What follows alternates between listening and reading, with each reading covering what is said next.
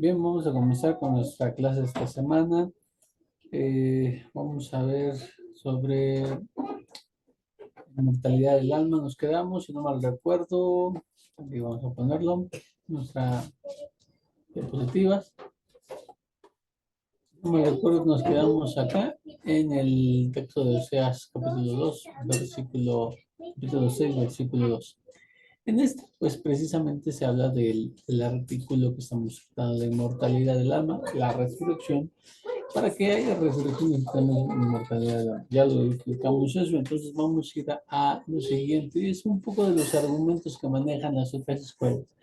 Recordemos que el judaísmo tiene diferentes tipos de escuelas o diferentes corrientes. Se llamaba sectas, sectas sin la palabra secta sin el sentido peyorativo que tienen nuestros días. ¿Ah? Secta como un grupo. ¿Ah? Y así es manejado también dentro del Jeter, por cierto. Cuando se le dice a Shaul que es un líder, que era alguien importante en la secta, en el grupo, no como algo que fuera malo, sino como del grupo de los nazarenos.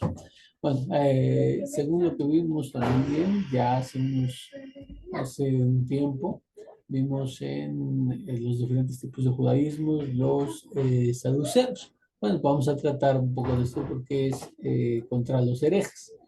Bueno, este círculo judío contenía, contenía el pensamiento de que no hay resurrección. Vamos a ver qué dice el rabino Saúl Levi. Cuando el pueblo de Israel se gobernaba, aparecieron entre otras sectas la secta de los saduceos.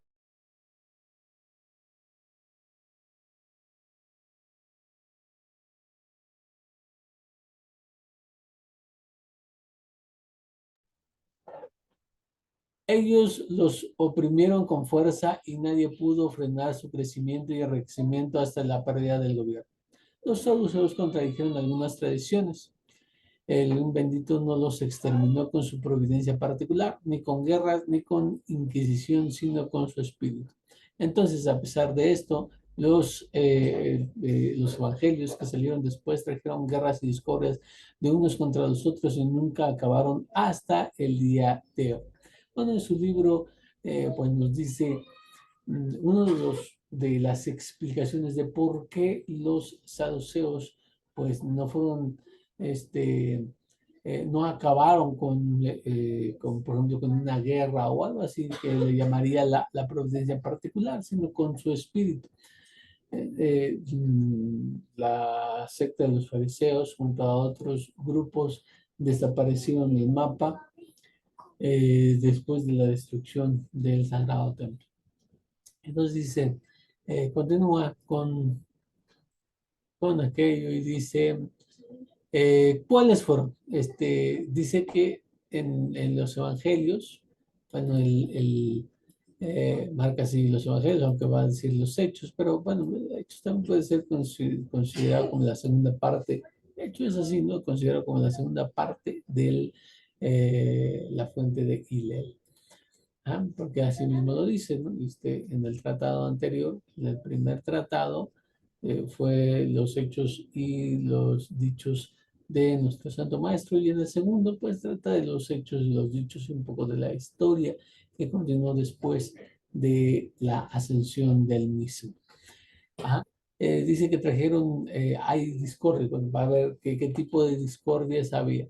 Y estas son, ¿no? Por ejemplo, en Hechos 23, del 6 al 7, dice, hermanos, está defendiéndose Shaul y dice, yo soy fariseo. Ya lo hacíamos notar en otra ocasión, dice, yo soy y no yo fui. Hijo de fariseos, se me juzga a causa de la fe en la resurrección de los muertos. Él estaba compartiendo en el lugar que pisaba sobre la resurrección del Mesías. Ajá. Entonces, como defensa dice, bueno, es que se me juzga por la fe en la resurrección de los muertos. Ajá.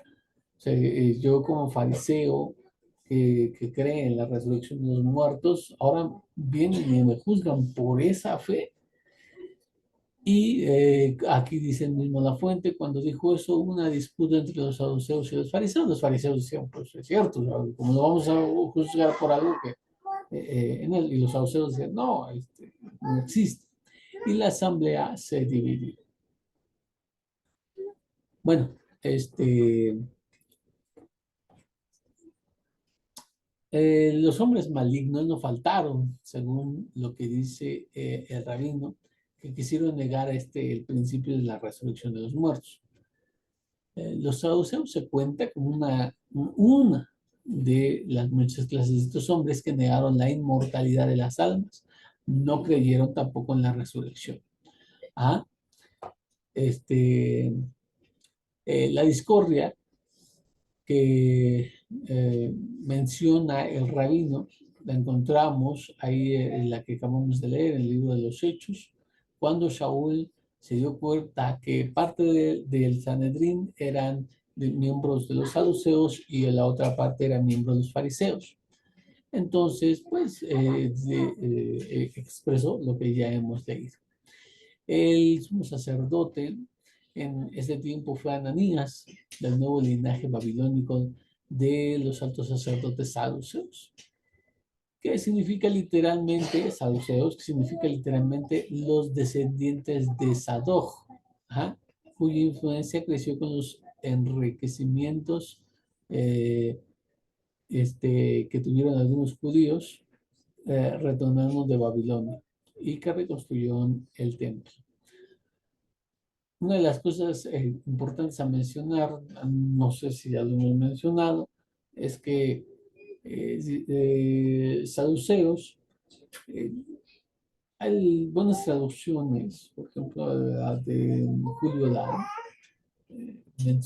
cuando menciona los saduceos, bueno, pone como los seguidores de Sadoc. Si bien es cierto que en un principio eran literalmente descendientes de Sadoc, o de la línea sadoquita esa, eh, también es cierto que hay muchos otros adherentes a esta creencia, por eso el grupo se denomina como seguidores de Zadok. ¿Ah? Bueno, posiblemente de esta secta venga la razón de que se hallen distintos linajes patrilineales de Kohanim, no sé si lo han escuchado, hay estudios, ¿verdad? Estudios genéticos y de ADN, en el cual se intenta definir la línea sacerdotal. Y bueno, hay diferentes por ahí, no vamos a meternos en todo eso, eh, pero es de advertir que no por eso los profetas y los libros sagrados que hemos mencionado, como los santos profetas, o sea, los que tuvimos, le negaban por esas razones, como se ve en no por ser descendientes y porque tengan realmente una casta sacerdotal, pues bueno, van a negar lo que dicen las escrituras y los textos sagrados. ¿Cuáles? Los que tenemos aquí, justamente los hemos puesto. Por ejemplo, en Isaías 26:19 dice, revivirán tus muertos. O también en Ezequiel dice, yo abrí vuestras sepulturas, en su capítulo 37, versículo 2. Y en el libro de Daniel también se encuentra y dice aquí que muchos de los durmientes en la tierra y polvo despertarán. Asimismo, en otro versículo del mismo libro, te reposarás y te levantarás a tu suerte al final de los días. ¿Ah? Entre otros que ya también hemos mencionado. ¿Cómo son los lugares de los cuales parece probarse infaliblemente la resurrección? Los saduceos no tuvieron otra más que exponerlos, interpretarlos de otra manera, porque ahí en el versículo que hemos leído de Isaías o en el de Ezequiel, eh, por cuando dice el texto, los muertos resucitados, ellos entienden que se trata de una semejanza de alegoría del pueblo de Israel, que ya dado por muerto, y esparcido entre las naciones, resucitarían y se levantarían de esa situación. ¿Ah? Bueno, los saduceos, que recordemos eran de clase alta, eran personas adinerales y de clase alta, interpretando estos versículos como un ascenso en el ámbito material, económico, político, etcétera, del pueblo judío, tras el descenso material, político, financiero, de todo esto lo que hemos mencionado, por la conquista romana. O sea, ellos dicen, bueno, ¿qué significa muerte? ¿Qué significa estar muerto? No se trata literalmente de muertos, se trata del pueblo de Israel casi acabado, esparcido entre las naciones, sobajado, humillado, sin facultad económica, sin poder militar, político, sin, vaya, también eh, sin dinero. Entonces, cuando dice, tus muertos se levantarán o resucitarán tus muertos, él decía, no, esto significa que la casa de Israel va a ascender. Ahora sí va a haber plata, ahora sí va a haber poder económico, poder adquisitivo, poder político, influencias, alcurnia, etcétera, etcétera. O sea, ellos interpretaban estos versículos de esta manera. Y como en Ezequiel se lee, esto son la casa de Israel. Ellos dicen, se perdieron nuestra esperanza, somos condenados. Pero al final se dice, he aquí yo abriré vuestras sepulturas y os haré subir de vuestras sepulturas mi pueblo y os llevaré a la tierra de Israel. Eso está escrito en Ezequiel 37 del versículo 11 al versículo 12. Todo lo cual ellos creen ser una especie, si no literalmente una parábola, una especie de parábola o comparación, algo así, ¿eh? Que significa el resurgimiento del pueblo de Israel como un estado glorioso, ¿eh? Después de haber padecido el cautiverio y todas las penalidades que esto representa. Asimismo, cuando ellos leen que estaban dormidos, ven que dice, están aquí precisamente en el versículo dice, muchos de los durmientes en el polvo, ¿ah?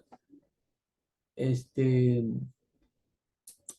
los cuales despertarán, según Daniel, entienden el estado sublime que gozarían en el tiempo de los amonitas, liberados de estar sujetos al gobierno de Antíoco, por ejemplo, o por el imperio que traería un imperio glorioso, rico, floreciente y bendecido en el tiempo del rey Mesías.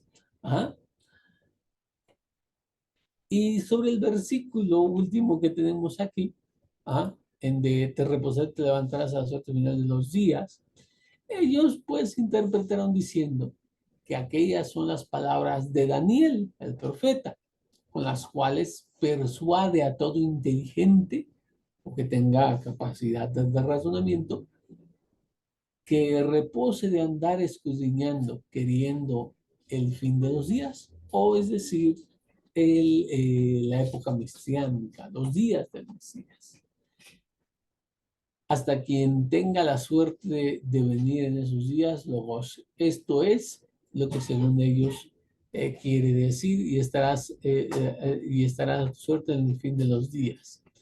De este modo, como ya hemos explicado, ellos interpretaron los textos, aunque solo bastaba la tradición que en esto se tiene, que se había recibido, para creer en la resurrección de los muertos y la inmortalidad del alma. Ellos necesitaron interpretarlo de esa manera porque existe la tradición. No solamente están los versículos que dicen así es, sino que está respaldado por la tradición, que ya sabemos fue recibida de manos de Moshe. Ajá. Y Moshe lo transmitió, como dice Pirkei Avot, y Moshe recibió la Torá del Sinai. Fíjense que dice mi Sinai, o sea, del Sinai, y no dice en el Sinai. Es algo muy bonito que trae una lección acerca de eso, porque el Pirkei Avot dice que lo recibió de Sinai, o sea, del monte Sinaí, y no en el monte de Sinai. Ah, es como si yo dijera, recibí dinero del refrigerador. Y no encontré dinero en el refrigerador. Este, y eso tiene una muy bonita enseñanza que tiene que ver sobre todo en la expresión de es en Sinai. Bueno, regresando entonces, regresando a lo que estamos, entonces dice que ellos negaron, ¿ok? Bueno, entonces hay que explicar y se debe entender firmemente que esto está declarado explícita y literalmente en nuestros libros sagrados. ¿Ah? Y al estar expresadamente en los textos que ya hemos referido, primero se debe explicar las Kitbe Kodesh, las escrituras sagradas, creyendo en lo que ella se escribe al pie de la letra, según la interpretación literal. Como también ya lo hemos estudiado y compartido en otros momentos, por ejemplo, en la clase de la reinterpretación de los textos, el uso que hacían los primeros discípulos de los textos, se trajeron las citas, los sabios enseñan el, el sentido literal, el sentido textual no se quita, no se pierde. La Torah dice, tenemos que creer lo que en el plano literal se está diciendo, excepto en aquello que implica una contradicción. Si no hay una contradicción, entonces tenemos que creerlo tal cual lo dice. Por ejemplo, en la contradicción, cuando se aplica, por ejemplo, cuando se aplica al Eterno, eh, como frases y hay versículos donde dice que tiene miembros, como si fuera un ser corpóreo, que tiene mano, por ejemplo, dice que se levantó como si estuviera sentado, que dice que está sentado en su trono, que mira con sus ojos, sí, con el poder de la diestra de su mano, y todo ese tipo de hoyo, todo ese que se le atribuye miembros corpóreos, antropoformismo, según la ciencia que estudian los textos, cuando se le dota de una forma corpórea o de efectos y pasiones humanas, porque en esto mucha gente se confunde. Sabemos que conforme al texto que dice, Hashem no se arrepiente, ¿sí? Ni cambia. Entonces, vienen y dicen, oye, pero ¿cómo es que Hashem no hay sombra de variación en él? Si la Torah misma dice que Hashem se arrepintió, ¿sí? Entonces no está dicho que no es hombre ni hijo de hombre para arrepentirse, no es hombre para mentir ni hijo de hombre para arrepentirse. Entonces ahí ya hay una contradicción. ¿Sí? Se le está dotando a Hashem de también de sentimientos y de emociones y de pasiones humanas en el texto de la Torá. Recuérdense, es una ley que eh, la Torá habló en lenguaje humano para que pueda transmitir, al menos de una manera vaga y de manera general, para que el pueblo de Israel y todo ser humano pudiese entender con esas palabras, antropoformismo. Y hay otra palabra que, para hablar de las emociones, eh, a ver si la tengo a la mano. Pero bueno, no importa, es la misma cualidad. Si el antropoformismo es brindar de algunos miembros o corporeidad a la divinidad, el otro que estoy diciendo es pasiones, sentimientos humanos. De otra manera, si no lo hacemos así, si fuera concebida licencia a cada uno o a cada judío o a cada persona de alegorizar a su modo, no tendríamos ningún concepto con certeza, con aplicaciones tan variadas, se ven tantas, que de tal modo de explicarnos fuera concebido. O sea, si lo vamos a hacer así, hay cientos de maneras de explicarlas y cada quien podría tener una explicación diferente. Terminaríamos con absurdos, con explicaciones contradictorias a diestras y a siniestras. Entonces, ¿cuál sería la correcta? Por eso hemos estudiado también, primero el aspecto literal.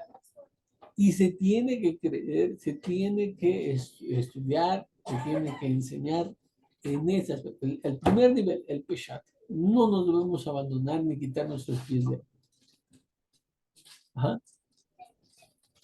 Cuando viene alguna dificultad, como lo hemos dicho, el antropoformismo o que, no sé, algunos, a decir, que se negara algún concepto que lo tenemos por firme,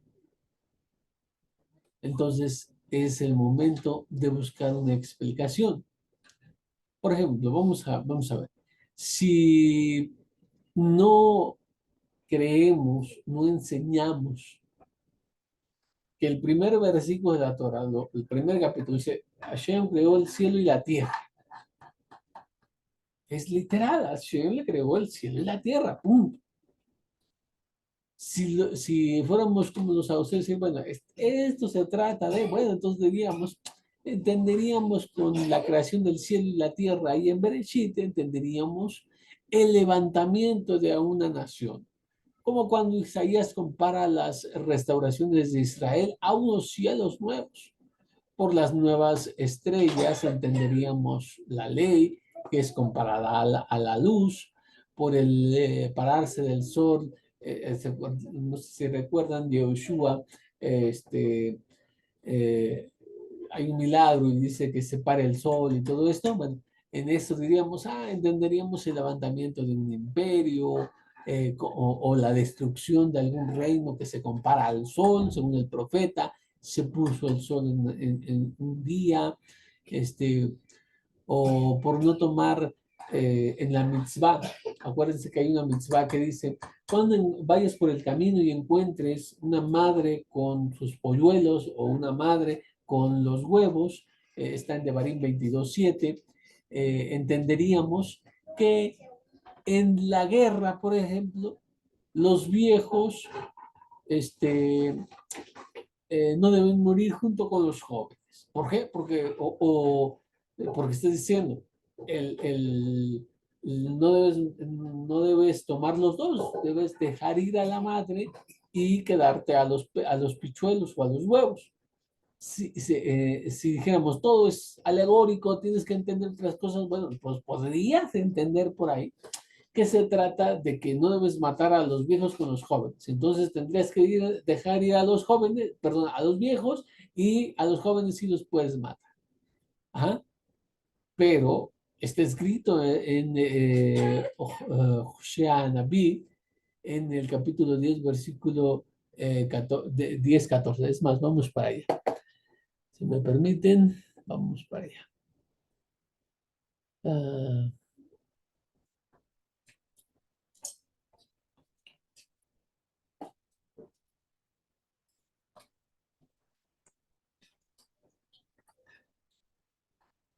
10:14 dice, por tanto, en tus pueblos se levantará un alboroto y todas tus fortalezas serán destruidas, como destruyó Salmán a Bet Arbel en el día de la batalla. La madre fue estrellada junto con sus hijos. Así hará vosotros en Betel a causa de vuestra gran maldad. Al amanecer será todo destruido el rey de Israel. Entonces podemos decir, bueno, esa mitzvah, no significa eso. Podrías buscar y alegorizar y hacer, sí, se vale, pero debes de creer firmemente lo que dice el Peshat, el sentido literal. Vas por el camino, te encuentras a un ave sentado sobre sus huevos o ya con sus polluelos, no puedes tú tomar los dos. Deja ir a la madre y te quedas a los polluelos o a los huevos, según sea el caso. Es literal, ya lo demás que puedas tú explicar y ahí alegorizar y lo que quieras, está bien, puede ser, mientras otra vez no contradiga algunos de los conceptos que tenemos por firmes, algunas de las verdades bíblicas, algunos conceptos básicos, etcétera, etcétera. Si no se sale del marco del judaísmo, entonces, bueno, podría ser aceptable. Si de ahí tú obtienes no sé, una lección de Musar, ¿entiendes? Algo que sea, ok, pero la escritura se debe de creer literal en el Peshat, lo que dice. Ajá, ok. Entonces, eh, como dijimos en Oseas 10:14, se ve que en el día de la guerra la madre junto a los hijos fue destrozada y está en conformidad a lo que veníamos diciendo. O sea, no podemos interpretar lo que el versículo o la mitzvah citada, quitando el sentido literal, entonces perecería toda la Torah. ¿Ah? Como bien ponderó Rabbi Sadia Agaón. ¿Qué nos dice Rabbi Sadia Agaón? Vamos a leerlas aquí. Bueno, no les pasé esto.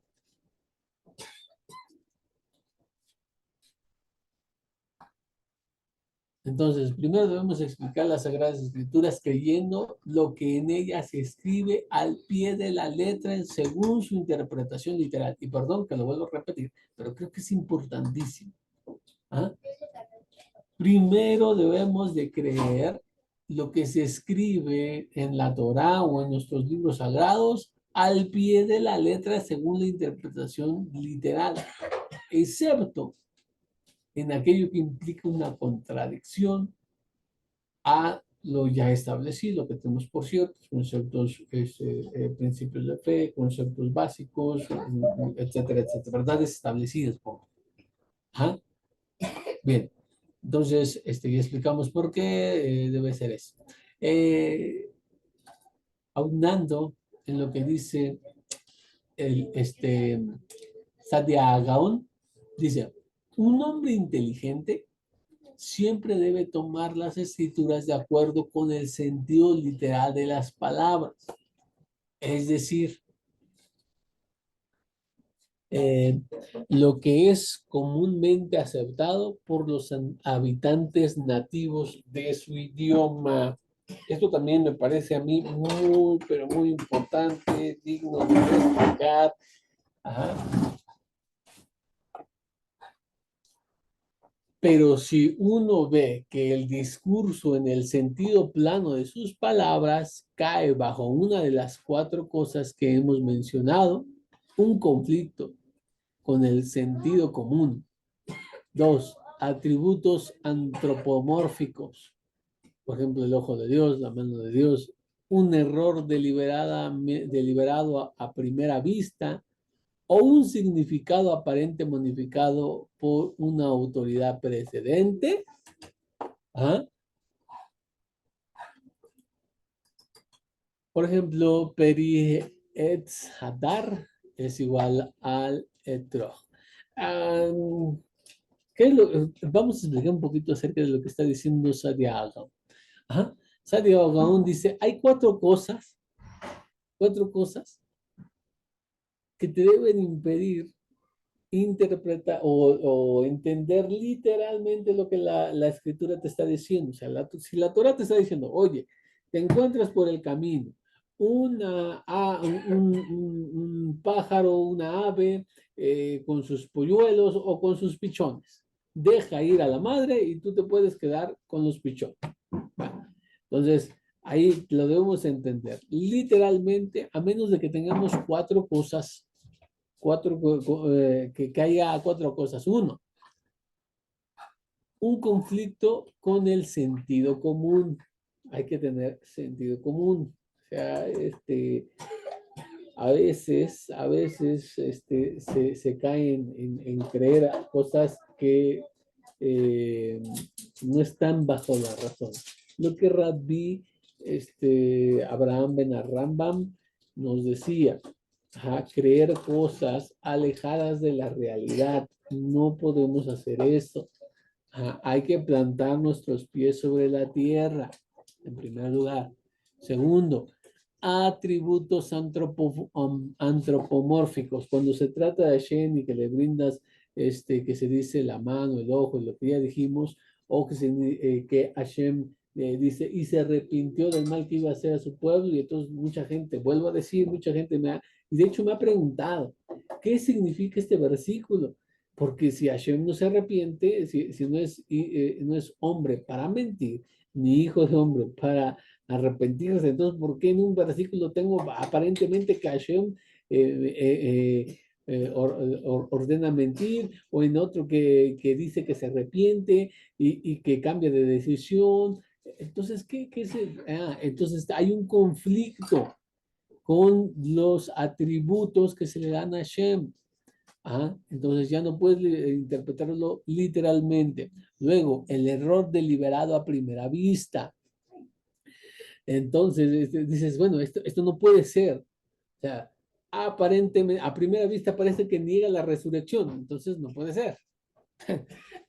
Mucha gente ve los versículos de Eclesiastés, por ejemplo, en lo que dice que la suerte que tiene el hombre y el animal son absolutamente el mismo y nada más, nada tiene de más uno que el otro. Y dice, bueno, es que aquí está que algunos judíos no creían en la resurrección y en la inmortalidad del alma. No, error, cuando ya hay un error deliberado a primera vista. O último, un significado aparente modificado por una autoridad precedente. Cuando algo que debemos entender literalmente ha sido explicado por una autoridad precedente, o sea, alguien en la cadena de tradición que lo explicó. Y el ejemplo que trae es tremendo. Ajá, y que como estamos cerca de Sukkot, creo que nos queda mucho mejor. La Torah dice, y tomarán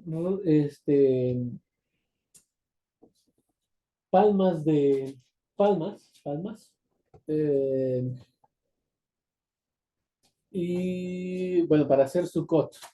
Y dice, y fruto de árbol hermoso, en hebreo, peri etz hadar. ¿Qué es peri etz hadar? O sea, ¿qué es fruto de árbol hermoso? La respuesta es el etrog. Ajá.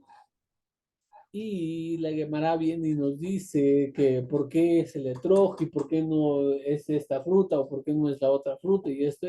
Y entonces podemos decir, oye, ¿qué acaso no sabían los judíos que era Perietzadar, que era etrog, para que venga la Gemara y se gaste unas cuantas páginas ahí explicando por qué es así? Ah, no, es que nos quiere mostrar que fruto de árbol hermoso en la escritura, ahí significa etrog. Nosotros lo podíamos entender siendo literal, siendo como dijimos, primero el peshat, podemos entender simplemente un árbol, un fruto de un árbol hermoso.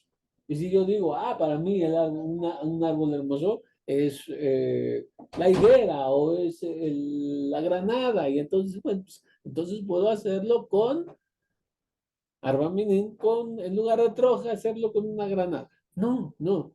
Fue explicado por una autoridad precedente que es lo que debes entender como peri et satar.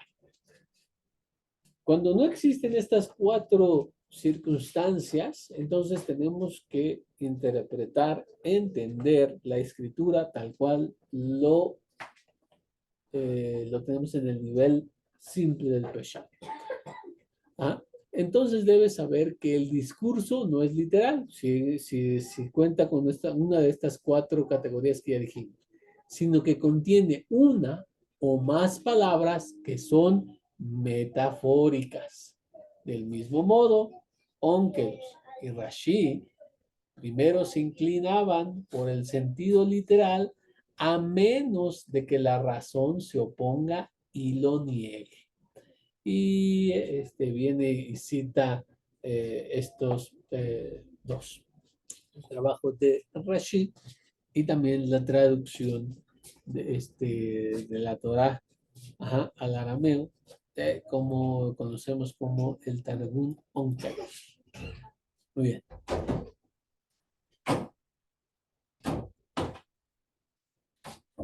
Bueno.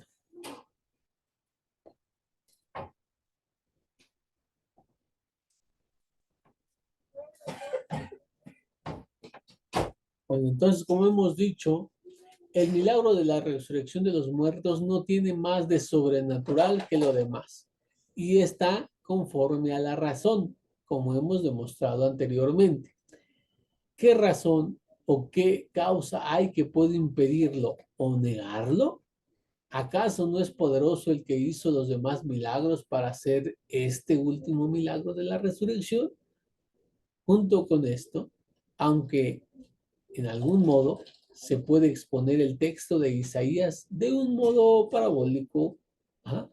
Es imposible adaptar ese tipo de exposición a la profecía de Yehezkel, porque habiendo profetizado muchas veces, la, él de hecho profetizó muchas veces cómo serían recogidos los cautivos, sin parábolas. ¿A qué fin lo había de hacer ahora con una parábola? Si ya lo había dicho, ahora ¿qué añadiría? Bueno, segundo, que en la profecía de Yehezkel, el que se encuentra en el capítulo 37, en los dos palos escritos, el uno que decía Efraín y el otro por Yehudá, es necesario que la precedente profecía trate de otra cosa, que es la resurrección. Tercero, claramente se dice, os haré subir de vuestras sepulturas.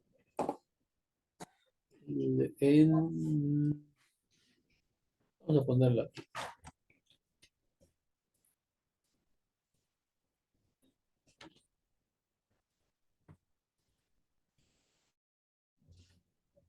Os haré subir de vuestras sepulturas.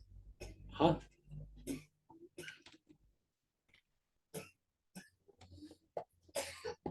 Luego sigue, y daré mi espíritu en vosotros y viviréis, en el versículo 14, lo cual ciertamente se entiende de forma real, pero vamos a decir que si fuera falso, también lo sería la comparación.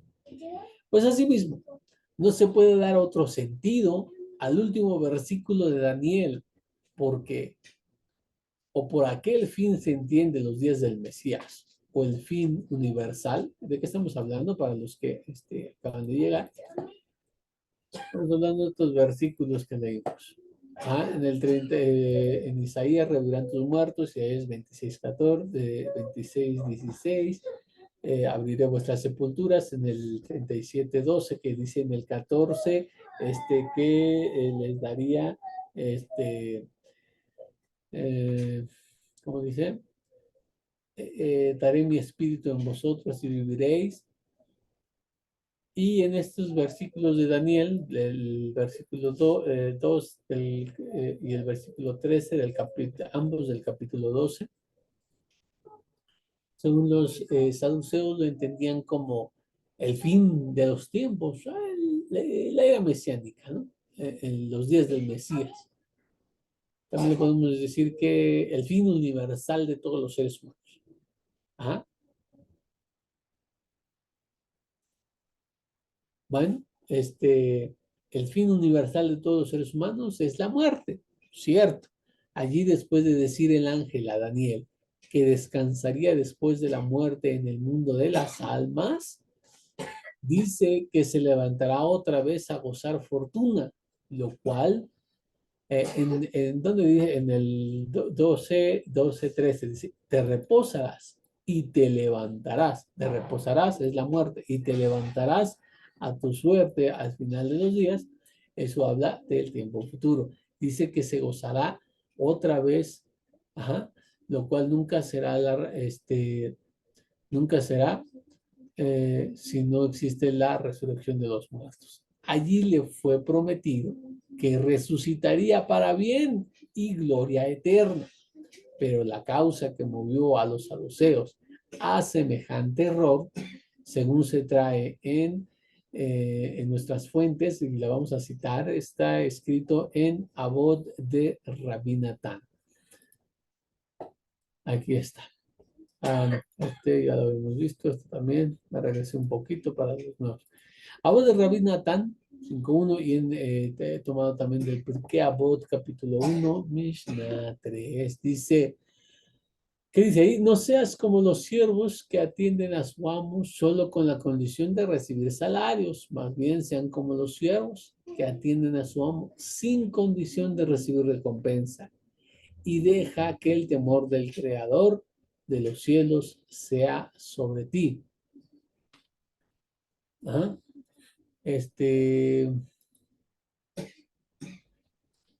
La intención de estos antagonistas en esta sentencia, según Rabbi Moshe de Egipto, o sea, el Rambam y Rabbi Yosef Alfo, en su muy conocido y por cierto muy buen libro llamado Sefer HaIkarim, el libro eh, de los fundamentos, Ikar, sí, como fundamentos, sí. Él dice, fue que se debe hacer observar los preceptos por ellos mismos, o sea, por los preceptos en sí, y obrar con virtudes por su propio bien. Esto es servir al Eterno sin la esperanza de remuneración. No se trata de que, yo te sirvo a Hashem y tú tienes que pagarme, ¿no? O sea, no se trata de hacer un trueque con una cierta mercancía. ¿Ah? Se trata de servirlo por amor. Se le dice, aquí no, fíjense, dice, no seas como los siervos que atienden a su amo solo con la condición de recibir salario. Más bien sean como los siervos que atienden a su amo sin condición de recibir la recompensa.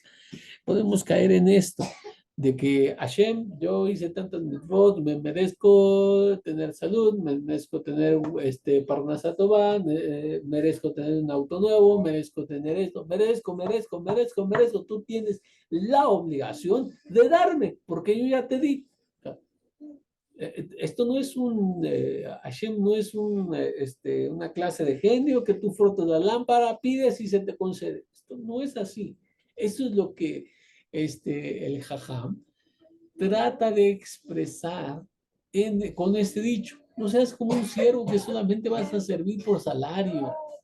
Sé como un siervo que sin necesidad de salario va a servir. O sea, por amor. Atiéndelo por el hecho de guardar sus mandamientos, ¿ah? Por los mandamientos en sí, por solo hacer su voluntad, por solo complacer a tu creador.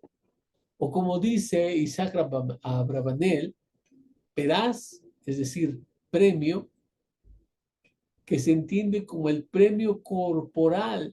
Y así esto significaba que no sería el servir al Eterno con intención de recibir tal premio, porque el precepto verdadero es la vida espiritual, ya que lo de acá en los cuerpos no es más que, como dicen, los intereses del caudal que está guardado para el mundo de las almas. Nuestro verdadero premio no está en este plano, nuestro verdadero premio se encuentra en Olánaba. De hecho, ¿qué decimos en la tefilá? Que hay ciertas mitzvot que el hombre disfruta de, de alguna especie de pago en este mundo, pero su verdadero capital le queda reservado para el mundo venidero. Y estas son el respeto del padre y de la madre, etcétera, etcétera. Es lo que vimos. Pero este no es nuestro tema, ¿verdad? Bueno, finalmente la intención de los antiguos era justa, pero Tzadok y un tal Baitos entendieron de una manera equivocada. Luego lo transmitieron a sus discípulos, que fueron hombres perversos y amigos de las novedades, deseando ser la cabeza de alguna secta. Luego que oyeron eso, hablaron el uno con el otro y se dijeron, miren, nuestro maestro no, no siente que hay otra vida. Y por esto dice que no se sirve a Dios con tal intención, porque seguramente sería vana, puesto que después de la muerte no hay nada. ¿Ah? No hay alguna cosa inmortal como el alma. O sea, no hay algo que sobreviva al cuerpo. Te mueres y se acaba tu existencia. Entonces, según lo entendieron, Tzadok y Baitos, es que cuando Antíoco, no sé si no me equivoco, pero creo que es Antíoco el que dice esto, no seas como los siervos que atienden a su amo por la condición de recibir salarios, más bien sean como los siervos que atienden a su amo sin la condición de recibir recompensa. O sea, no hay recompensa. Sirve a Dios, pero no vas a recibir recompensa después de la muerte. ¿Ah? Esto así lo entendieron ellos y queriendo fama, queriendo ser la cabeza de algún grupo, de tener sus discípulos propios, se separaron y empezaron a enseñar así. Y para encubrir el principio, aquella maldad tan nefasta que tenían en sus corazones, ellos se declararon en contra de la tradición, negaban la tradición recibida en Sinaí y la interpretación de todos los sabios. Ajá. Al negar esto, ajá, pues quitaron muchas cosas. Aunque después Sadoc solamente publicó la inmortalidad de las almas y debido a que en este punto diferían, estas dos sectas. Vamos a ver si lo escribimos aquí. Uh, están los Baitosim y los Sedukim, los saduceos y los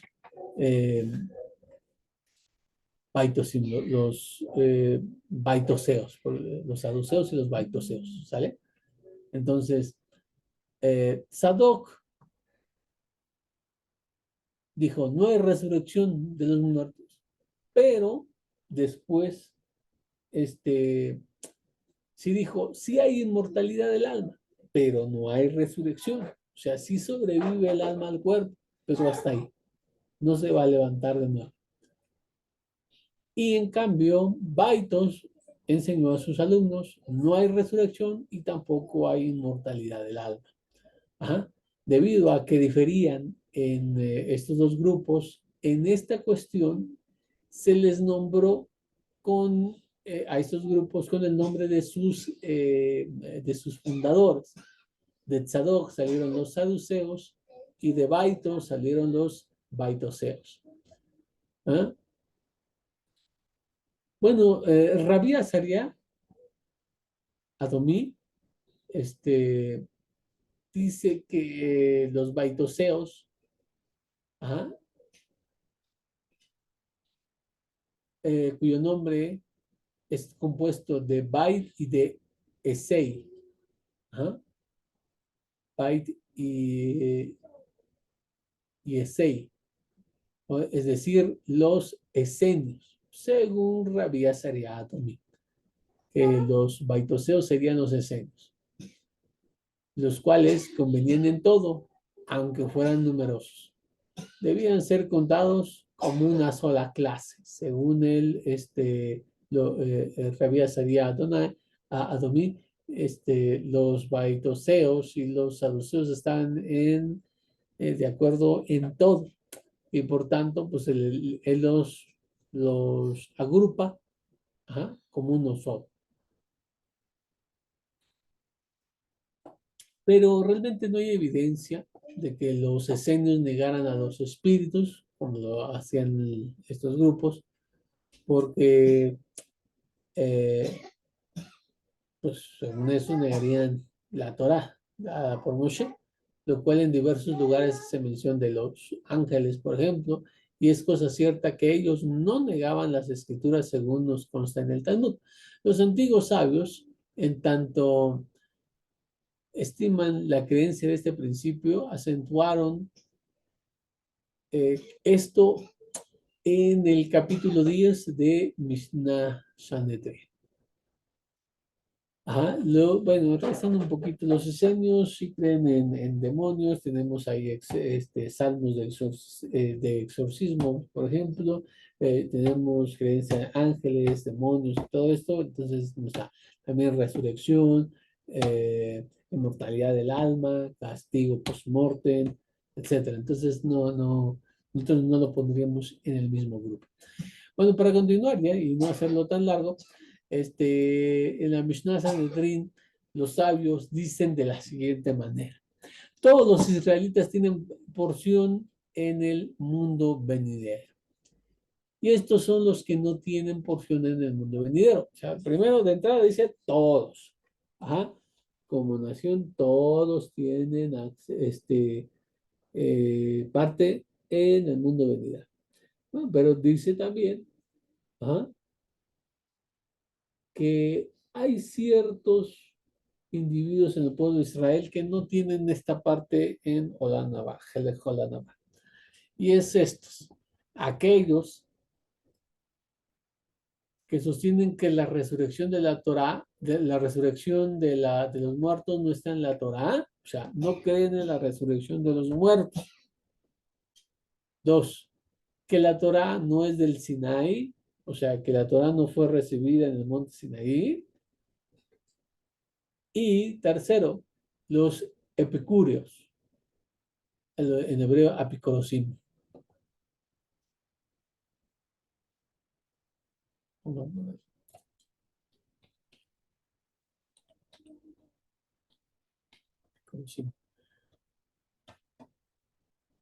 Ajá, entonces hay tres que se les ellos mismos, con su creencia,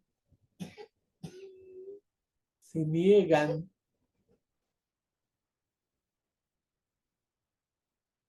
a la Navá.